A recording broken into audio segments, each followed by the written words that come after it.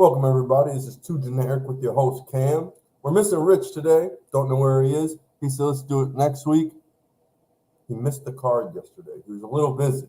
So he's going to leave it up to me to talk about the UFC on ABC. So we can start off the preliminary fight card. Who was the fight? The main fight, I think, that started the whole night, got people talking, was the fight between Steven Nguyen and Muhammad Yahya. So Steven Nguyen knocks Yahya down maybe 5 times in the first round. It was insane. He just kept getting knocked down, like slumping him, boom. So the UFC record apparently was 5 knockdowns in a fight. So knockdown meaning you get punched and you fall. Like in boxing, typically the ref usually allows like 3 knockdowns, especially if they're very like close together. You know, if you get like a knockdown that was kind of a slip in the first, you have a knockdown in the 5th, but you get up, you have a strong performance, you get knocked down in the 10th.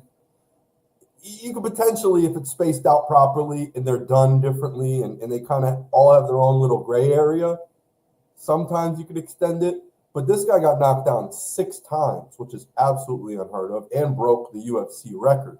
So you have 6 knockdowns in the fight. And the thing is, the fight stopped in the middle of the second round. So the UFC record is 5 knockdowns for the fight. Technically, that's within 3 to 5 rounds, right? A whole fight, you'd think.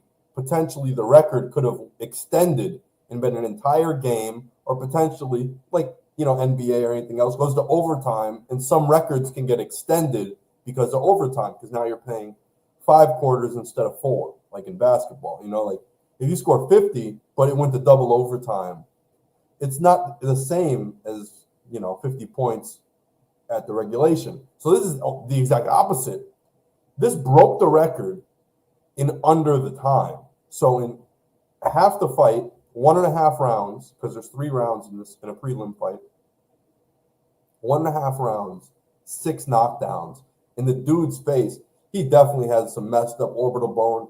I guess last night they did post something that was saying like they wanted to give the fans, I guess, some relief on his medical situation. So they let us know that, he has no like serious complications. Obviously, his face is swollen. He's going to be feeling it for the next, I'd say, couple weeks, because that was something serious. His eye is really messed up. That's something that's going to last a little longer than just like a little bump and a scratch. So that was a pretty interesting fight. People are saying Jason Herzog really messed up, blah, blah, blah. 6 knockdowns is kind of crazy, especially like if you look back at some of them now that they're clipped, they look really bad just in the clips, because you're not seeing any context. You're just seeing like what people are kind of aiming for, and you're not seeing maybe the whole fight. Like I'm saying, sometimes there's gray area, and the refs kind of have that discretion to say, oh, well, maybe his foot slipped there. He got hit. It was a connect. Maybe he tried to roll with the punch, and maybe that other leg was getting leg kicked the whole time. So maybe it did wobble, but it was from the leg kicks. It wasn't necessarily the punch. You know what I'm saying? So, like, there are these little minute gray areas to where refs need to kind of read between the lines. But at the 6th knockdown, breaking the UFC record within a round, that part's kind of crazy. So we can move on. The Ibo Aslan fight, Billy Alenka. Billy Alenka took the dub. I thought Aslan was going to win it, like prior to the fight, because Aslan's actually had a couple decent fights. I don't know. And I didn't really know too much about Billy Alenka. Now we do. The Ritchie fight was really good. We got a TKO, which is always fun. Let me see if I could find it in the meantime. But me and Ritchie always discuss, the women's fighting division can sometimes just be result-based.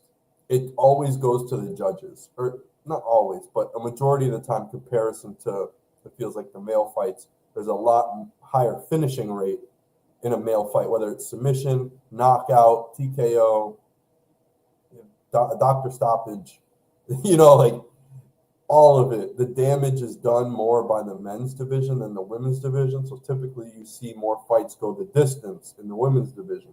But we know Ritchie's a banger, Rebus is a banger, and we got a knockout. So let me see if I can try to pull that up. I probably should have had this pulled up before.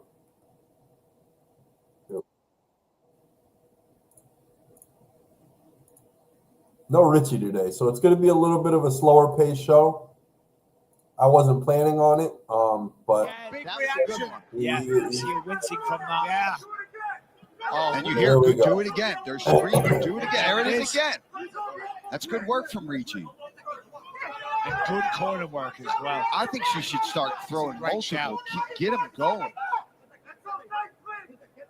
Get Hebos to respond. Try to maybe throw something back at you, and then that might open up easier opportunities to get back. Oh, that was a good one. Yeah, and the punch of the elbow. And now she's down. She's hurt. She's down. That hurt her. I'm telling you, this could be it. Yeah. This could be the end. It's over. Wow! Baby shot. What a finish. Moving on. Davey Grant versus Damon Blackshear. I mean, Blackshear's had some really good highlights. But then Davey Grant came in just consistent, peppering, decent defense, like takedown defense and stuff. Really showed just to be like kind of a good all-around fighter overall. Didn't see no like special pop, but it was decent. You got the Muslim Salikov versus Carlos Leal. Let me try to see if I can find that highlight. Hey, Salikov, right? Salikov. Look at me. Salikov. There we go. Pulling it up right now.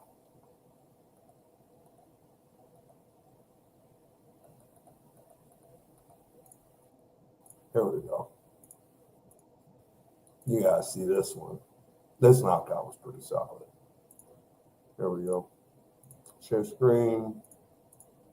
Five-time Wushu. Look at the walk-off.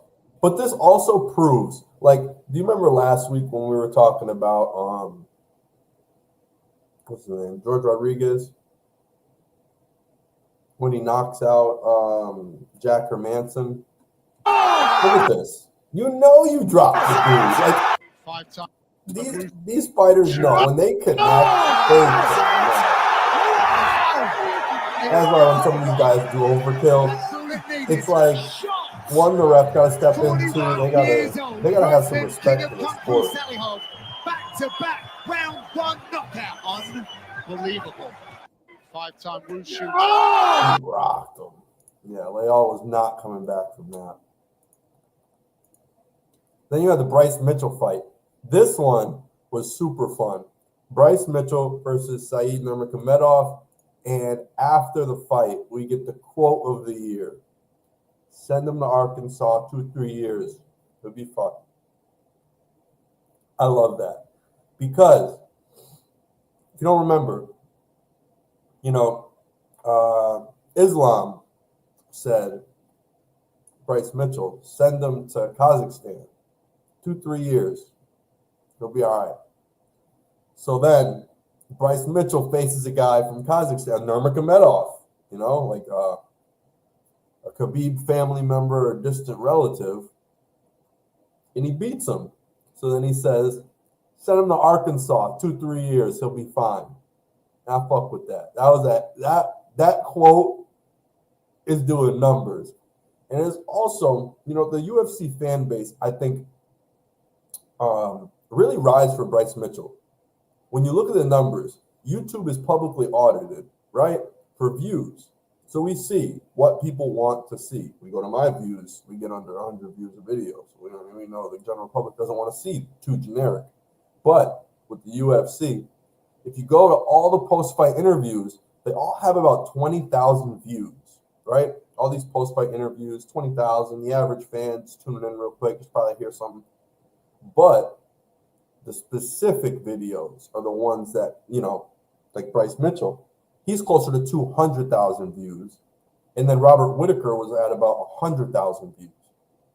So this just goes to show you, like, who is actually going back, tuning in, and listening to these people? Who has the fans?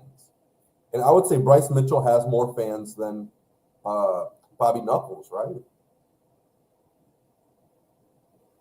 It's all publicly audited.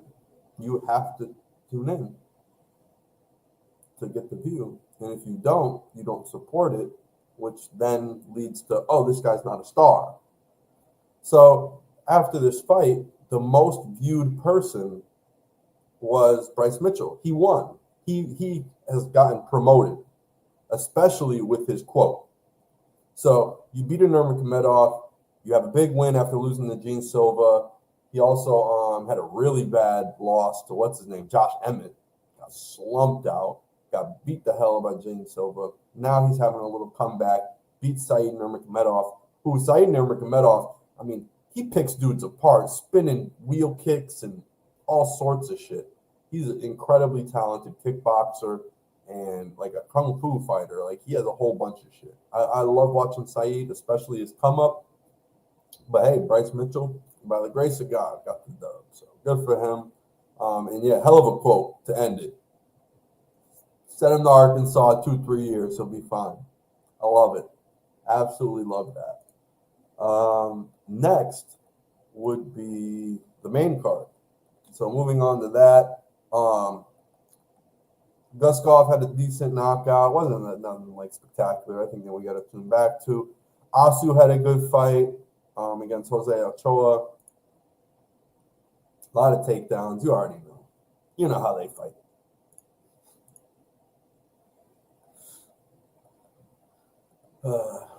All the Kazakhstan fighters, they're just good wrestlers, except Said. Said's the kung fu kickboxer. And then we actually had a really, really interesting fight with the Shara Bullet and the Marc-Andre Barrios. Power bar, boom, second round comes through, breaks Shara's nose. It was crazy, but nah, Shara's a bad motherfucker, I will say.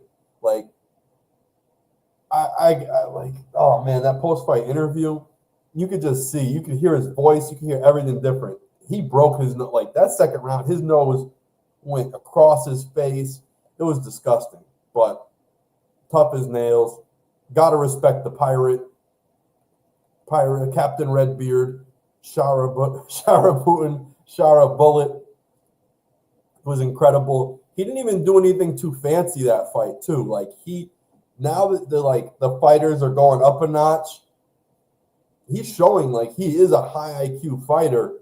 And the reason why he was doing some crazy, loopy, wild shit was because the talent level wasn't there. He could toy around with his opponent at a certain extent. I mean, then we see the double bullet. Nothing is better than the double bullet. Like, how do you get a move named after you immediately? Spinning back fist into a spinning back fist for the knockout? What? The double bullet? Crazy. I'll never forget that. That probably is like one of the most memorable moves in UFC history. I don't care what anybody says. A double bullet. There wasn't even it has its own name, but it's a double spinning back fist. Dude spun, hit him with a back fist, then spun back. But you're fighting with your back turned. He knocked the dude out with his back turned. Not enough people appreciate that. Like, that's fucking insane. You knocked a professional fighter out, not even looking at him. You hit him with 2 punches with your back turned. What? Anyway, Shara Bullet, big dub over Marc-Andre Barrios. To be honest, I had a little feel of Marc-Andre Barrios, and that's what it was, that second round. Boom! Because you can never count power bar out. Motherfucker hits hard. And he proved that if you really got it or you don't, you know? And if you got the stones to keep going. And Shara proved it. He's next level. He could keep climbing in the ranks. You didn't, bitch out and get a TKO to a Marc-Andre Barrios punch in the nose. If you could fight through that, let's see what else you could do. So shout out to Shara Bullet. We got Piotr Jan versus Marcus McGee. It was a decent fight. Honestly, they were so close to each other, and it was kind of funny because before the fight starts, they're telling you how Marcus McGee actually was Sean O'Malley's training partner during the whole fight with Piotr Jan and Sean O'Malley. Sean O'Malley hired Marcus McGee to basically come in and train and be an exact copy of Piotr Jan. Try to copy his fight style, the way he throws kicks, the way he does stuff. He has a similar body type, similar build. He's a little bulkier, actually, than Piotr Jan. But Piotr Jan, I don't know, something about his body doesn't look like he used to. That's a good way to put it. But Marcus McGee trained as Piotr Jan, pretended to be him. Also has a skill set similar to him, but also has trained being like his dummy. So he understands his weaknesses, his strengths, where he's going to get picked apart by Sugar Sean, different things like that.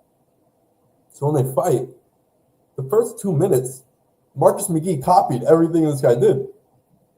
Sorry, a little heartburn. But he copied everything that Piotr Jan did. They're fighting, Piotr Jan throws a leg kick, he throws a leg kick. Like, it was a mirror match. It was really funny from the beginning. Then eventually, you see Marcus McGee kind of get loose, and you see Piotr Jan get loose, and they each got to kind of go off on each other. But overall, Jan did pretty well. I think McGee eventually stopped leading the dance, and from there, like, his footwork was a little off. He was moving backwards, and Jan takes the dub. Overall, it was a decent fight, though. Fun fight for sure, but Jan just looked a little bit better. Then we get to the main card. So this is what I was trying to say, and I was trying to tell people. RDR should not be, here, look at this. I tweeted this out.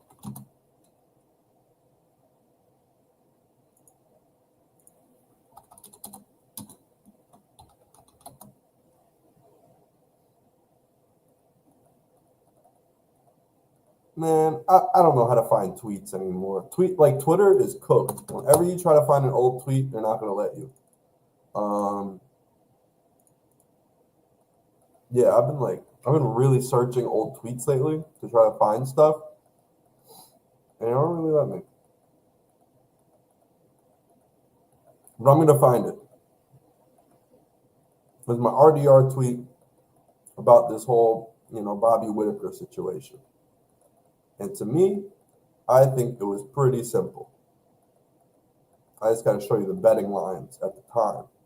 And I'm telling you, it's the main card, and there's so much money on Bobby Whitaker, and everyone thinks Bobby Whitaker is going to win. Even the lines are like that for him.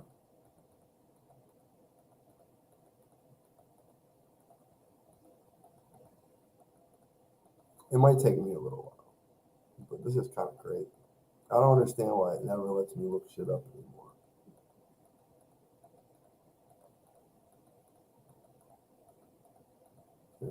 I might as well at least share the screen with y'all. I mean, you got no viewers right now, so I don't care.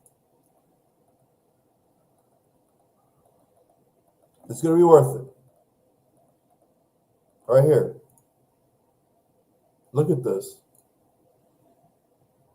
And look at this. Share this tab instead. Look at the total strikes. Am I not crazy? Do I not know what I'm talking about?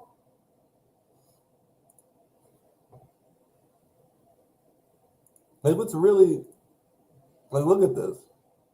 He landed triple the strikes. He threw double the strikes. He had 15 takedowns to Robert Whitaker's 0. So when the betting line is plus 145 on the Ritter, I said it should be minus 200. This guy is 2 times better than Robert Whitaker. Overall, he's going to bust his ass. And what happened? 200 total strikes versus 70. But everyone's putting their money on Robert Whitaker. Y'all don't know ball. That's it. I'm telling you, this line was so cooked, it was fucking insane. Absolutely insane. Look at this. 4 days ago, I'm tweeting, the Ritter should be minus 200, not plus 145. Come on now. So basically, what I'm tweeting here, when I tweet this, for someone who doesn't really understand betting lines, when I say the Ritter should be minus 200, not plus 145. So when you go to bet, let's say, 4 days ago when I made this tweet, you go to Vegas, you go bet on the Ritter. If you had $100, if you bet $100, you would win, your ticket would be 245. So you'd bet 100 to win 145, right? That's good odds. $100 and you win double your money and then some. Minus 200 is when someone's a favorite, when they should win. If they're already expected to win, then you have to bet 100. You have to bet 200 to get 100. That's what minus means. If you want to get $100 for your bet, you have to match the minus. So it'll take $200 to win 300 in total. You have to bet 200 to only make half your money back. That's how much of a favorite I thought the Ritter was. Not plus 145. And Robert Whittaker, Bobby Knuckles, was the favorite on minus money. So if you were betting on Robert Whittaker, you had to come up with more money than you were even going to win. So when you do that, when you bet on people who are minus money, typically it's because you just think you're getting guaranteed cash back. You got the guaranteed money. So as I was saying, the Ritter was plus 145, not minus 200. I was saying he should be minus 200. And then as we go to the fight, Reinier de Ridder lands 192 strikes to 70. There's a big difference. 15 takedowns to 0. You really you gotta know ball. That's the best way I could describe it. So you just gotta know, watch enough fighting, you gotta really understand the game to understand that Reinier de Ridder was gonna win this fight 4 times out of 5. If they fight 5 times, Reinier is walking out the winner 4 out of 5 times. And I'll take that. That's an 80% chance. So an 80% chance, I even think minus 200 is even too low. This was free money. When I talk about free money, I live in California. I can't bet on this type of shit. I can bet on a prize pick and how many punches will he land or whatever. I know who's going to win the matchup the majority of the time. As I said, 4 times out of 5, Reinier wins this. Robert Whittaker could win it. It's the same thing as March Madness versus the NBA playoffs. Anybody could win in a 1-game show-off. I could potentially beat Robert Whittaker in a 1-fight show-off. Maybe it's a 1 out of 100 chance, but there's still a 1-off. But in a 7-fight series where you need to win 4 out of 7, that's where the difference is made. That's where you're a pro and you're a legend, and that's where all of your credibility is made once you can win real series where you're considered, oh, this guy couldn't just win a 1-off. He's a consistent fighter. He's a real pro. He's high IQ. He's XYZ. So basically, you want to take this knowledge and apply it to future things, right? So you want to try to understand where the card is going, where the energy is going, where the business is going. And Reinier de Ridder just beat Bo Nickel. Robert Whittaker is on the way out. He just lost to Chimaev. He just got his teeth cracked in. Why would he be the favorite? So you just gotta think sometimes. You gotta use your brain. I know it's hard, but you gotta use your brain, and you'll find the answers. Like we did. You could take the betting tips if you live in a state that you could bet. If not, enjoy the fight like I did. I didn't bet on anything, but I felt like I knew some of the outcomes. I definitely could have made money on the outcomes, but I like the sport. And then I just call the predictions, before they happen. I'll be moving back to Massachusetts. So if I'm back in Mass, then I'll be putting down the cheddar. I would have won some big money last night. The house on right here. I would have, man, been in Mass all set up, good disposable income. I would have threw something nice on that. Renier DeRitter easy. I would have threw it on Piotr Jan because we are Willis McGee, 35 years old, kind of punching above everything, being there. He wasn't supposed to be there, but he got a lot of fucking heart. And he trained hard enough to really learn the skills. Came into, MMA later in life. Maniac McGee. He's 10-2 at 35? Typically people at 35 who are in this position don't have 12 fights. Like Dustin Poirier, Piotr Jan, these older guys, they don't only have 10 professional fights. So I was calling Willis McGahee. Oh my God. How did that come back? Marcus McGee, Willis McGahee, NFL running back. How did I just call him that? Marcus McGee is like a low pedigree fighter. You have to understand what he is. He's punching above his weight. He's an undrafted player, signed off the scrap heap, who's overachieving. He's Lou Dort, someone who hasn't gotten drafted, but yet is a pro. Nobody knew he was a pro. He had to prove it on the underground. He had to prove it on the back end, really earn his stripes. And that's why I said, no disrespect, but Piotr Jan was a world champion. And he was on another level, another trajectory. People knew he was a star at 20. People didn't know who Marcus McGee was in comparison. The trajectory. Because we already know, a lot of people get built. So if you're not getting built, they don't believe in you. Get what I'm saying? Because there's a lot of cans out there that get kicked. And they're easy to get, people good records and build people. And, this guy's 15-0 coming in the UFC. But Marcus McGee has came in and just been a straight-up dog. So we always respect that. Next, we can talk a little bit about next week, and then we're going to move to a little bit of NBA, WNBA stuff, and then we'll be out of here. So first, we got the main card is going to be Albazi versus Tatsuro Taira.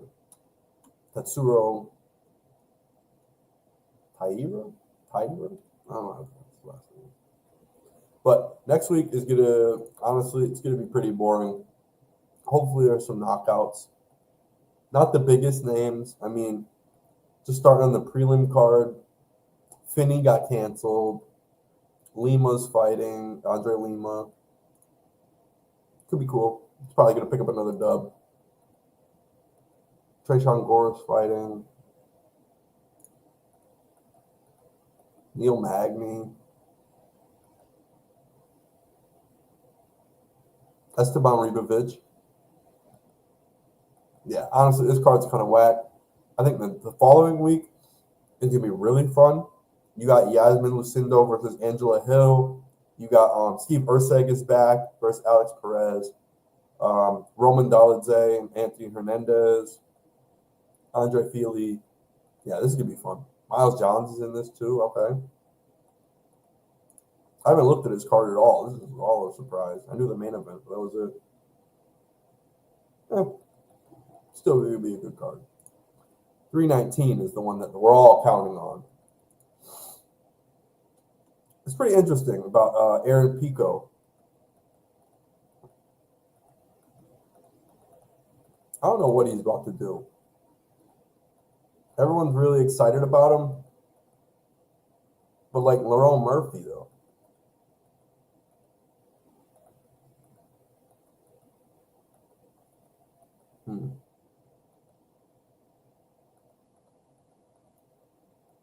Everyone's got something good to say about Aaron Pico.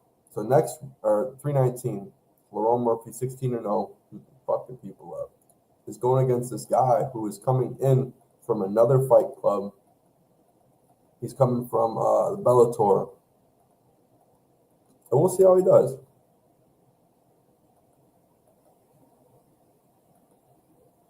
His last fight was in February of 2024. So he hasn't fought in a year and a half. And he won. He came off a first-round victory. And then a year and a half before that, in 2023, or a year before that, he had a first-round finish. Then he has a unanimous decision in 2022. So this guy has 3 fights in 4 years. Off of that, I don't really like it. I gotta go watch some Aaron Pico, clearly. But like, we don't know what could happen with Lerone Murphy. Lerone Murphy's older. He's 16-0. That's the one thing I question, is the age.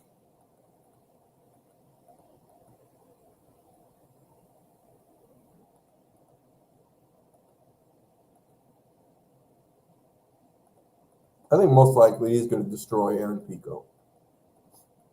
I'll say that. I got to do some more research on Pico, but my early suggestion is Lerone Murphy, easily, like within 2 rounds, knockout, TKO, finish, call it, book it, just like I did with the Ritter. You think I'm crazy, but there's a method to my madness. So moving on. Let's go to the WNBA standings for right now. I wanted to talk a little bit about the dub because it's been really interesting. You know, Sabrina went off last night. It's been a really fun season. We got some cool rooks. I think the Mystics honestly have the most fun rookie class because I love Kiki Ariafen, and then Sonia Citron has been really dope. But then, of course, you got Paige. Paige is probably going to win Rookie of the Year, barring injury. She's been absolutely lights out. Hits threes. She can do anything. Board, assists. I love Paige. Paige is playing the 3 now, too, because you got JJ Quinterly at the point, Enriquez at the 2, Paige at the 3, Dejanay at the 4, and then they got Lee Yaru. So it's like 4 guards and a big. It's a different type of team. Fun to watch. What else do we got here? Yeah, the Wings are last. Oh, I thought I was sharing the screen. 1 second. Okay, now we're both here with me. So we got the Wings at the bottom. Sparks. I do think the Sparks are going to go on a run because the Sparks are just that good. Cameron Brink's coming back. Plum is locked in. She was just in Happy Gilmore 2 when that dropped. I fuck with Happy Gilmore 2. A lot of people are trying to diss it. I actually am a big fan of that movie. I rewatched the last half of it too. It's corny, but like you have to understand this. That's Adam Sandler's comedy. It's a little unrealistic. You know, like some of it is a little dressed up. It's a little like almost childish. It's a little cartoony, but that's the fun part because it's just this goofy, silly universe where all these goofy, silly people exist. And yeah, it's just like these funny situations, you know? So I really fuck with Happy Gilmore 2. Kelsey Plum was in it. So I don't know. Good luck to the Sparks. Like I said, Cameron Brink's coming back. Good luck to them. Because the Valkyries are going to slide. They just lost their best player. So you got Kayla Thornton. She just tore her knee up, and she's out for the rest of the season. She just earned her first All-Star selection, got to play in the All-Star game, and then as soon as she gets back from the All-Star game, boom, blows her knee out in practice. So, you know, things happen.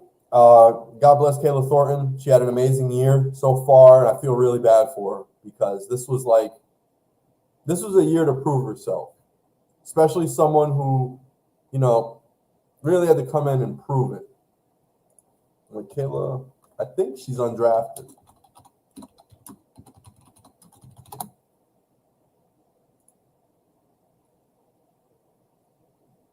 Yeah, she was not selected in the 2014 NBA draft.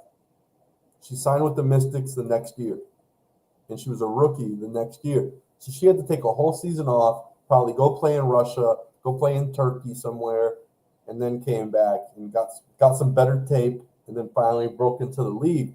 But this, like I'm saying, 10 years it took her. It took her a full year to get into the league as a rookie from college.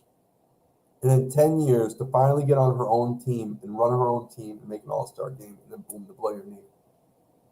But she got it. She chased that dream and she hit it.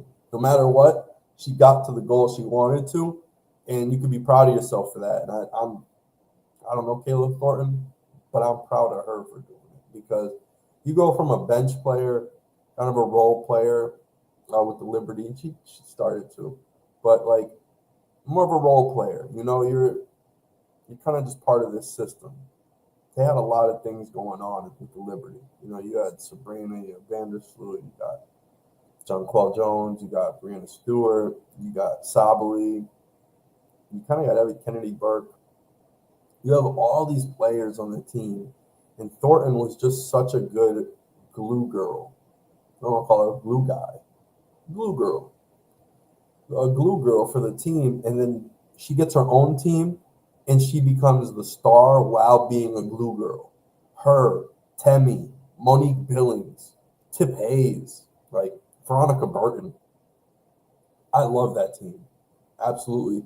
Xander Lassini's on that team. Like, they really have a squad over there in Golden State, but it's just like these are role players, and they're kind of capped out at what they're going to do. So I think the Valkyrie is going to slide a little bit. You got Caleb Thornton with the torn up knee. She's out for the year. If anything, the Valkyrie may finish last because there's 40 games in the WNBA season now, and it seems about half or a little over half, about 25 games have been played on average for every single team. You know, like the Dream have played 24 games. They've played 26, give or take a few. Just about 25 games have been played. So that means 15 games on average about left.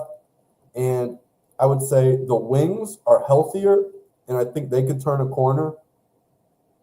I don't think they're going to make the playoffs, but I do think they could jump the Valkyrie and not be in last place in the West.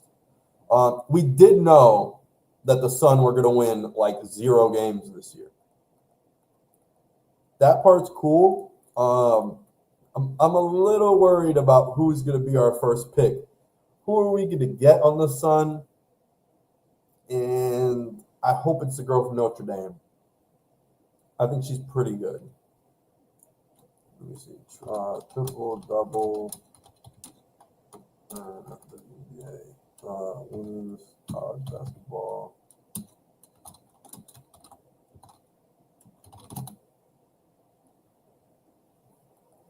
Olivia Miles, that's her name. Olivia Miles is probably going to be the #1 draft pick next year for the Sun, and the Sun have the worst record, and that's my favorite team. So, most likely that's who we're going to get, Olivia Miles from Notre Dame. I think she's pretty dope. You know, a lot of people want some other players. What's her name? Hannah Hidalgo, I think, was a bucket at one point. People like her. She's also in Notre Dame.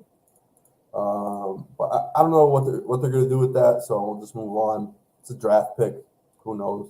But the Sun are out. The Sky are out. Mystics out. Because the Fever really have a squad. But I truly think the best team in the W this year, it's the Lynx. But something about the Dream. The Dream are scary because they have so much depth and so much size. I would be terrified of the Dream if I had to play them. Like, you have Brittany Griner down in the paint. She's the tallest player in the W and also just so skilled. She could even knock down a 3. I'd say like one time a game she might shoot a 3. And it's decent. The form's decent. She doesn't jump much. But there's no contesting it. It's make or miss on her fault. There's no blocking her 3. She's 6'10", and nobody can get to that. So she just lets it fly. She's got a high release. I love BG. People sleep on Brittany Griner. They don't really like her no more or whatever. Everyone's kind of soured on her. But for the most part, as a basketball player, for the Atlanta Dream, and she's got Breanna Jones right next to her, kind of locking shit up. You got Ryan Howard. You got Jordan Canada. And most importantly, you got Alicia Gray. So that team is a matchup nightmare for teams like the Fever. The Fever, I think they beat them twice when they were fully stacked in the beginning of the year. Though Caitlin wasn't fully healthy, I do think the Dream pose a problem because you even have Maya Caldwell coming off the bench. Like, that chick loves to guard Caitlin Clark.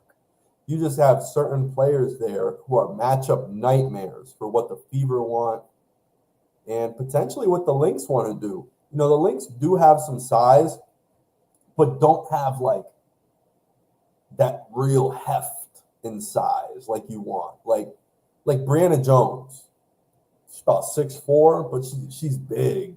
You know, like that's a big body. On the other side, you got like Bridget Carlton, who's like 6'2", but she's frail. She's more of a shooter, switchable defender. You know, it's just a different player than Brianna Jones. Because Brianna Jones, like, ultimate defender, within 10 feet, if she catches it, boom, boom, 2 shoulders and it's up. Like, she's a monster. So that matchup, like I said, is a problem because she's going to be guarding Fee. Granted, she's not as fast as Fee. And I believe Brianna Jones might have tore her Achilles or something, or her ACL. She might be a little slower than she once was. So guarding Fee could be a problem there. But Fee gets going sometimes with her internal paint touches. And then the shot comes, and then she just starts spraying out, and she gets real frivolous for where she can shoot from. She can hit it from this elbow. She can hit it from the little side post. She can hit it from the corner. She'll hit a wing 3. She'll run up, hit a trailing 3 straight ahead. Fee could score it from wherever, but I think Brianna Jones has the ability to shut her down before she can get going.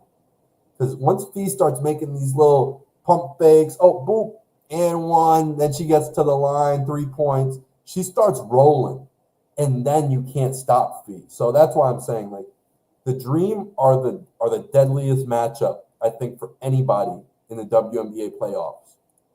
Because of that, the matchup is sick.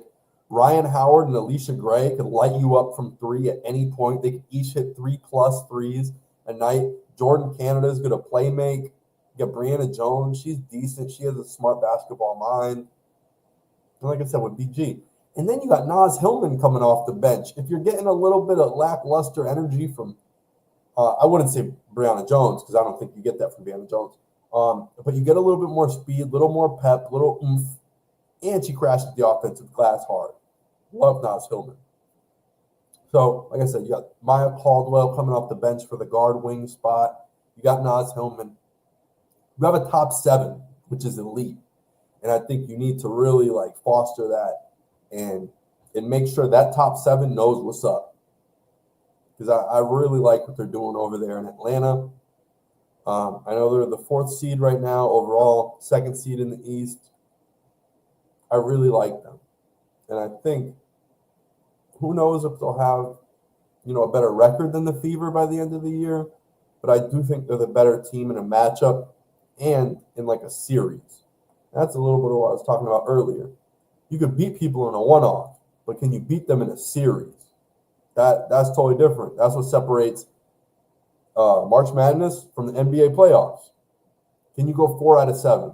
Or can you go 1 for 1? Like, you could get a one-off. You can a puncher's chance. That's what people talk about in a fight. Anyone could throw a punch, potentially knock somebody out, right? It's a puncher's chance. But what I'm talking about is series winning skill. And I think that that's what the Dream have. They have a team built for a series. You do not want to match up against the Dream. It's hard everywhere. Like, they have huge guards. And then you got to deal with the little Jordan Canada, too, sometimes. But then they're going to bring out Maya Caldwell. If you got way too much size for her, bring out Maya Caldwell to guard the guards. She'll do it. The same thing with the bigs. If Fee is cooking and Brianna Jones is too slow for Fee, you throw Naz Hillman out there to guard her. Like, they have every single situation covered. Ryan Howard can guard 1 through 4, and she shoots from 3, lights it up, and can get super hot. She can hit fucking 9 threes in a game if she wants. She's done it. She's done it. So, gotta watch out in the playoffs for her. Liberty, on the other hand, I think Sab, she's really tapping in. Shit, last night she was yelling at the ref. She said, tech me, tech me. Like, she was literally begging for a tech. She's nuts. That was kind of cool to see. Really see some oomph.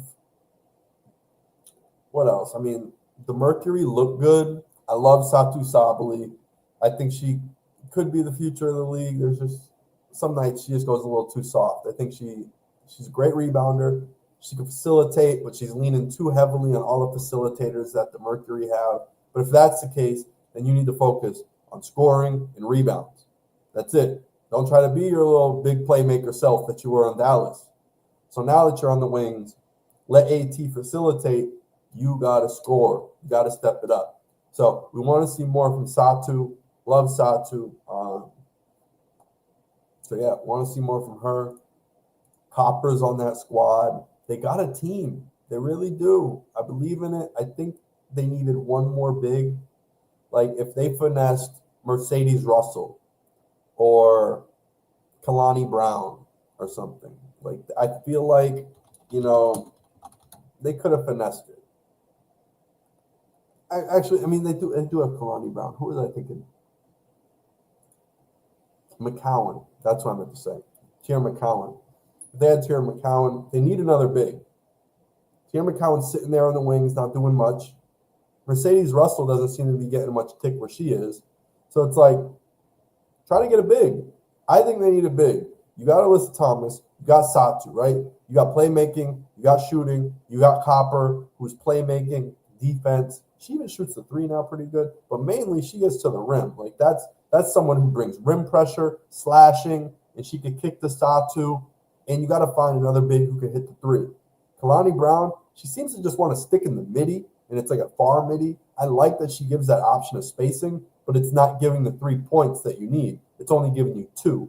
So the math isn't as good, obviously.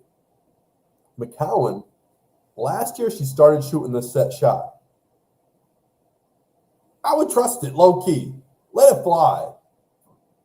It went in a couple times last year. It's like BG, Brittany Griner. Like, I think she needs to shoot a little bit more. If she keeps letting that thing fly, she'll be all right. And then what else? What's the last team that we really think could make it in the playoffs? The Aces and the Storm are ahead of the Aces right now. I don't think the Aces will miss the playoffs, but goddamn, Joelle Lloyd has shit the bed. Like, what happened to Joelle Lloyd? I just want to know that. It's a damn shame. I think she went 0 for 10.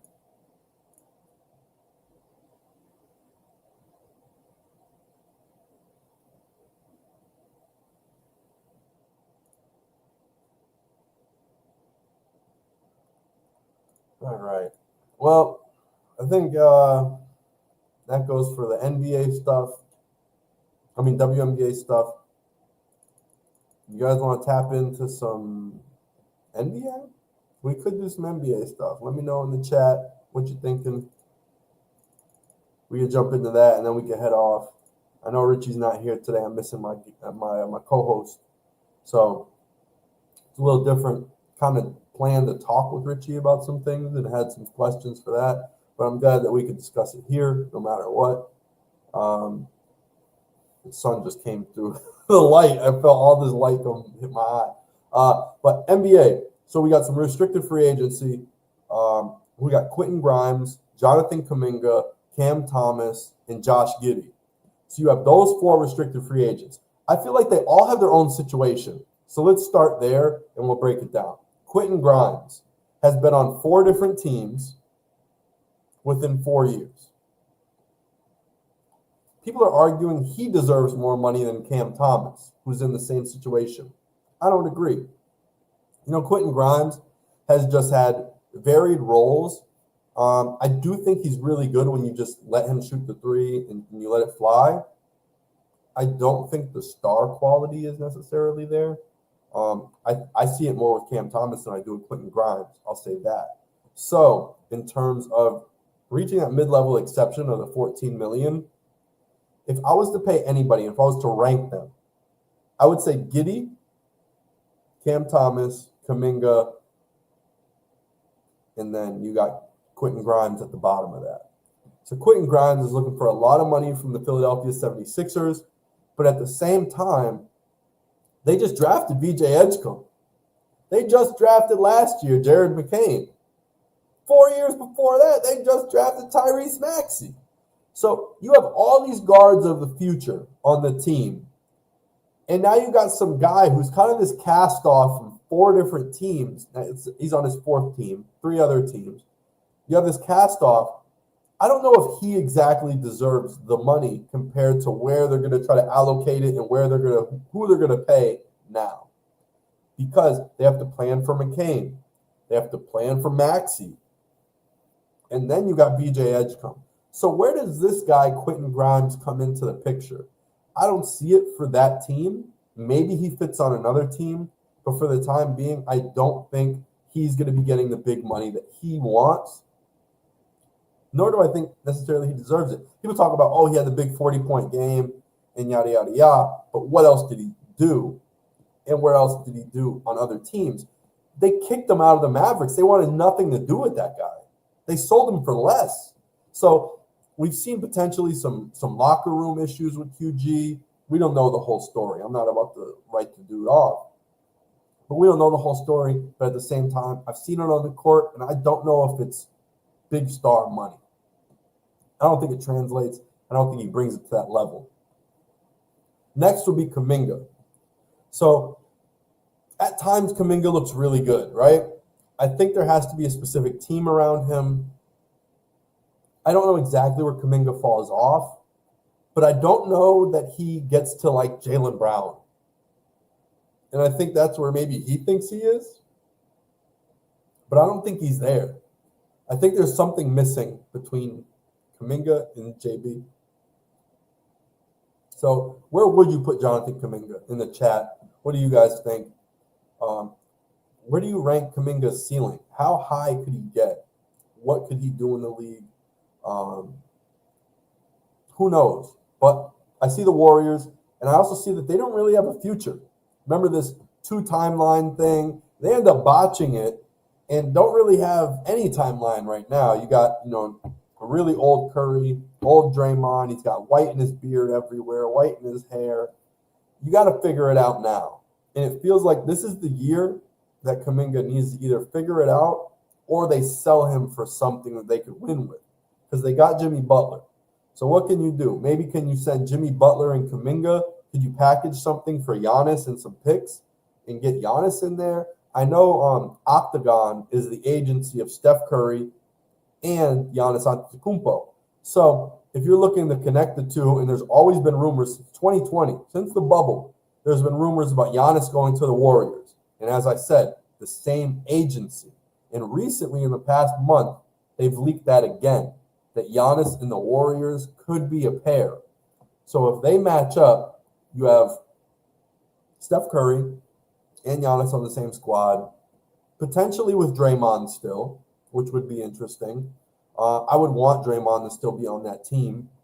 So then you'd have Giannis, Draymond, Curry, and then you figure it out. You probably have Pajemski, Moody Moses. Who knows what the trade exactly is, but that's what they're proposing right now. In the media escape, people are saying Giannis and the Warriors have mutual interest. So this Octagon thing, talking about Kuminga, some people want the Kings, or the Kings want Kuminga. That's what they're saying. Who knows how much they'll pay him? We don't know that. But I don't know if Kuminga necessarily is going to really win on the Warriors. It seems like Kerr doesn't like him. It seems like he doesn't have a shot in the world. So make a move. Send him to the Kings. Get DeRozan back. Now you got Jimmy Butler, DeRozan, Curry. You got some age, but you got some wisdom. So go with that. Why not? I don't know what they could do, but I think they need to make the move off of Kuminga and get a piece. Kuminga can get paid. I don't think he's a scrub. I do think he needs to work on some things. But that's besides the point. Like, he's got to go play somewhere. He can't get better if he's just sitting on the bench getting DNPs and then get 12 minutes. And then, Jimmy Butler got ejected in the first quarter, so now you're going to play 30 tonight. and you played well, but Kerr doesn't like you. You know, it's just this thing. He's never going to get over it. You know, he's always going to have this resentment to him, Kerr is. So, and I think Kuminga right back at him. So I just think the best case scenario, Jonathan Kuminga goes to the Kings or another team, but the Kings have showed like public interest, and I think that's important. He needs to go to a team where they like him, where they believe in him, where they want him to succeed. The problem is like some of these players are on teams that are openly like tanking their value constantly. And now this can bring me to Cam Thomas. So I just spoke about Steph Curry and Giannis Antetokounmpo being signed to Octagon. Cam Thomas is also signed to Octagon. There's not many players signed to Octagon compared to, you know, the whole league. So you have a player now going through this. There were some rumors potentially of the Bucks being interested in Cam Thomas. But also when I think about it, the Warriors are missing Jordan Poole, right? Their six-man scorer off the bench that, you know, was so good and got a $100 million contract. Can Cam Thomas come in and be that Jordan Poole role? Everyone keeps telling me he's a six-man scorer. He's instant offense. Jamal Crawford, you know, he's this type of guy. He's a Lou Will. He's a Jordan Poole. So why wouldn't the Warriors want to do that? That's what got them a ring, right? They beat the Celtics with Jordan Poole. So you need to find yourself your Jordan Poole, your instant offense, your 20 points off the bench. Who is that guy? And I think it's the Octagon signee of Cam Thomas. Like I said, same representation as Curry, same representation as Giannis. So maybe some Warriors interest, maybe some Bucks interest, and the betting lines, if you follow like Bovada and all those other betting sites, and they show who is most likely to land Cam Thomas, the Bucks are always in there. The Warriors have been in there multiple times. The Pistons are in there now, leading the way. And I do understand it because Trajan Langdon is the GM of the team, of the Pistons. He drafted Cam Thomas on the Nets with Sean Marks, but then he left to the Pistons. And if you think about it, what was the issue on the Pistons in the playoffs? They could have beat the Knicks, right? Like they took them a lot further than any team thought, and it was a hard game. So the one thing that was missing on the Pistons was this half-court scoring. 3-point shooting, it didn't feel like much of a threat when it got to the offensive side, and it felt like BS. Like you had Asar Thompson, like he's not spacing anything out. He's not stressing people out in that way. You had THJ, Tim Hardaway Jr., you had freaking Malik Beasley, who was Vegas, who was rigging games. You had so much bullshit going on around Cade Cunningham. If you put a secondary scorer like that with Cam Thomas and Cade Cunningham together, that's a team. And it also speaks on something, too, is they say Cam Thomas is too small of a guard, right? So if he's a 6'3.5", 6'4" shooting guard, but they say he's a little slow, can't defend as well. But you have a point guard who's 6'7". So the switchability is a little bit less. You understand what I'm saying? You're not dealing with 6'1" Dennis Schroeder and then 6'3" Cam Thomas. You're not dealing with 6'1" Darius Garland and Cam Thomas or something. You know, Garland and Donovan Mitchell, same thing. They're both like 6'1", 6'2". This situation, you have Cade Cunningham, who's actually a bigger guard, which helps kind of make the lineup big overall. Because then you have your small forward, who's most likely going to be Asar Thompson. Then you got Tobias Harris, and then Jalen Duren. So you got a big lineup. Jalen Duren's 6'10". Honestly, I think he's kind of a smaller big. But then you got Tobias Harris. You got Asar Thompson. All good positional size. Cam Thomas is decent positional size, but you just don't want a small guard next to him because then you'll have just two smaller end guys. But now with Cade, Cam Thomas is the only guy below 6'5". So, like, I think that matchup and that lineup actually works well for him. Also, they're not scorers. So now you need a scorer on that team. And I think that's the team that best fits Cam Thomas if the Brooklyn Nets are not going to build around him. Last, Josh Giddey. I think Josh Giddey's actually a decent player. Josh Giddey has got a lot of nonsense wrapped around him. You got the whole like scandal with him talking to underage girl. We don't really know we don't know the facts, right? The guy is not in jail.